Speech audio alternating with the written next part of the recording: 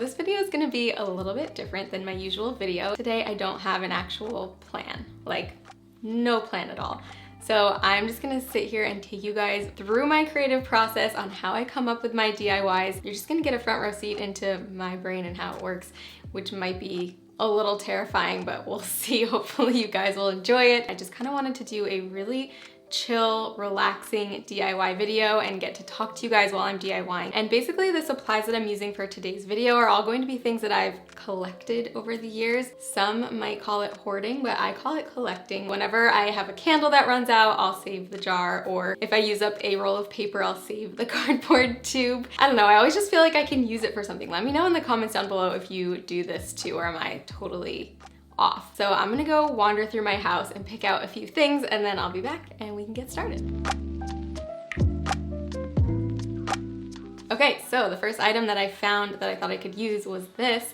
It's this little like gift wrapping tube thing. I got this at the Dollar Tree last fall when I was doing Christmas Dollar Tree DIYs, and I think I can turn it into a utensil holder. That's my plan, at least. I don't actually have one of those and I've been wanting one, so this seems like it would be the perfect shape for it, so I'm gonna try it out. I have this plain kind of like grayish white paint, so I'm gonna start off with that to give it a nice base layer, and then I'll see what I wanna do from there. So this is just a paint sample that I picked up last year, and it has seriously lasted through so many little DIY projects. So I think that's a really good option to get paint affordably. Just get a little sample of a color that you like, and especially a nice base color like this. So that's just a little tip that I have, and I probably will paint the inside as well. And to make this like more food safe, not that I'm gonna be cooking on it, but I am gonna put utensils in it, I will seal it at the end with some probably like polyurethane, which will then give it a nice protective coating, so if it does get wet or something like that, it will be fine.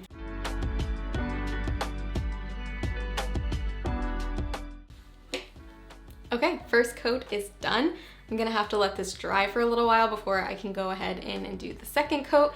So I'm just gonna put this aside and then get started on the next project. This is now dry and it has 2 layers of paint on the outside and actually 3 on the inside. And I also decided I'm gonna do a coat of the stone textured spray paint. I love using this stuff. It just kind of elevates the look of any project, especially something like this, which is looking pretty plain right now. So after painting this with the stone textured paint, it is totally dry and already looking so much more trendy and high-end. I'm gonna finish this off by adding this piece to the bottom, and the reason why I didn't paint this is because I have this leather here, and I'm actually gonna wrap it around the bottom to create this two-toned look with the leather and this stone effect. So I think it's gonna look really nice. So I'm just heating up my hot glue gun here, and then I'm gonna put this all together.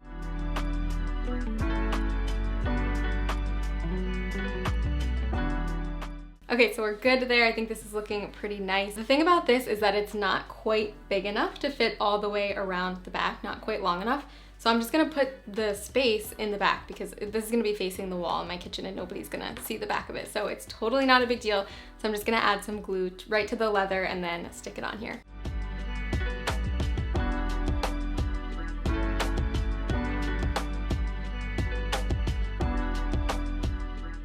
So there we have it. I think this looks pretty awesome and definitely something that I would pay pretty good money for at the store. So I'm really excited about this. The last thing I'm gonna do is grab my poly and just give this a quick seal. This is just a clear matte protective finish, so I'm gonna put it along the inside just to protect it from scratches or water or whatever. By the way, I know that I said I'm using this as a utensil holder, but you can also totally use this as a vase or whatever you want. I'm just choosing to use it as a utensil holder because that's what I need in my house. But yeah, I think this would be a really pretty vase too. I might actually end up using it for that at some point. But I think it's mostly just fun to like wander around your house and see what items you have, things you may have purchased previously that you never used, craft supplies, whatever it might be, and just kind of like challenge yourself to get creative with what you have and see if you can come up with something really cool. Sometimes I like to go on different store websites like West Elm or Anthropologie and just kind of be like, hey, could I turn something that I own into one of these decor items? Just try to get creative and think outside the box, and it's just a lot of fun.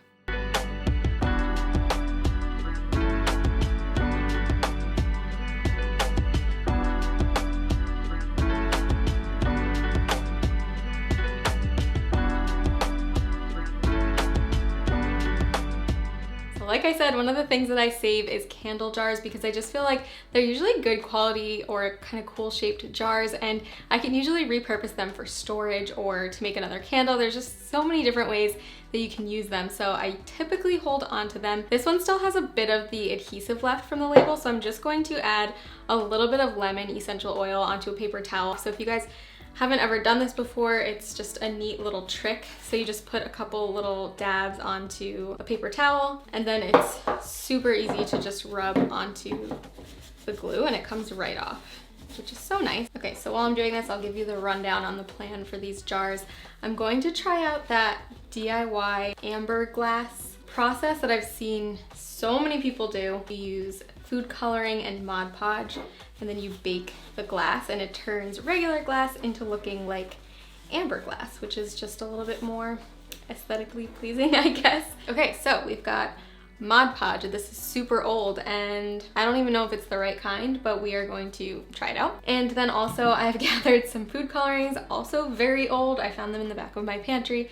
I've got an orange and a blue gel food coloring and then a liquid green one. Don't actually know how much I'm gonna need of the Mod Podge. I also wanted to use it up and not have to just throw it away, so maybe it'll be good for this. Okay, I'll start with that much and then add a little bit of the food coloring in. Again, I don't know proportions. I just did 3 drops of this. By the way, I'm not gonna use this for food after this. It's probably too much. Okay, so I don't have the right colors for making amber glass. I would definitely need more of like a red, a brown, or an orange, but I'm gonna work with what I have here. I'm gonna go ahead and try this out and just see what it ends up looking like.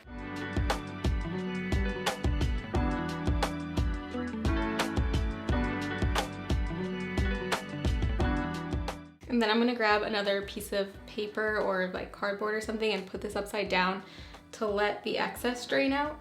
I'm gonna clean this out and I'm gonna attempt to do the amber glass again with this jar. That's pretty much all of my glue. Hopefully that'll be enough. And now I'm gonna add mostly orange this time.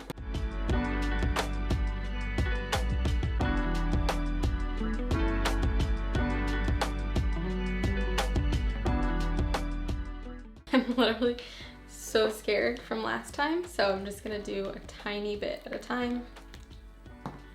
Now it just looks like baby poop.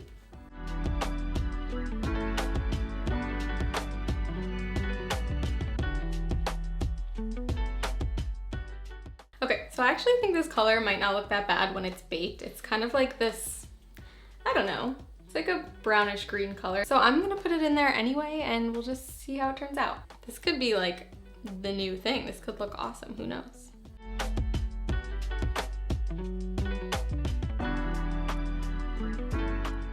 I just finished letting all of the excess food coloring mixture drain out of these. I just set them upside down for a couple of hours and then I popped any little air bubbles that were sitting in there. So now I'm gonna put them in the oven at 225 degrees for about 45 minutes and we'll see what we come up with. The colors are interesting. This will be fun anyway. You guys can see the process and then you can make sure you get the right colors if you do want to try this out. You guys, I am so excited with how these turned out. So this is the darker green one obviously and it looks pretty cool.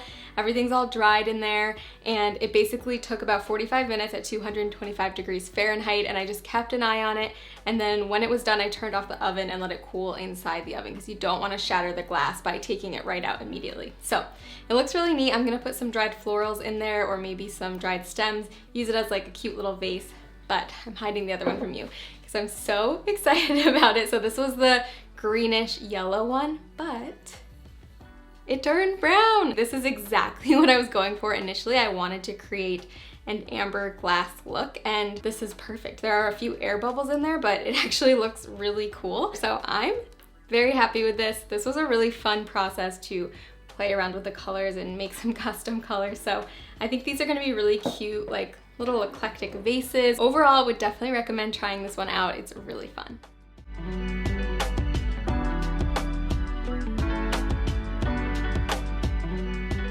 So that is it for today's video. As usual, let me know in the comments down below which one of these 2 DIYs was your favorite. And thank you for watching this kind of new style of video. I hope you enjoyed it. I know it's a little bit different than what I normally do, but I thought it would be fun to try something different. As usual, if you try any of these projects out, make sure you tag me on Instagram. It's just my name, @KatieBookser. I would love to have you guys follow along. And of course, if you are not subscribed to my channel, make sure you hit that button and the little bell notification so you know whenever I upload a new video. If you like this style of video or DIYs, IKEA hacks, recreating decor from high-end stores, then this is definitely the place for you. So make sure you are subscribed. Thank you guys so much for watching, and I'll see you soon.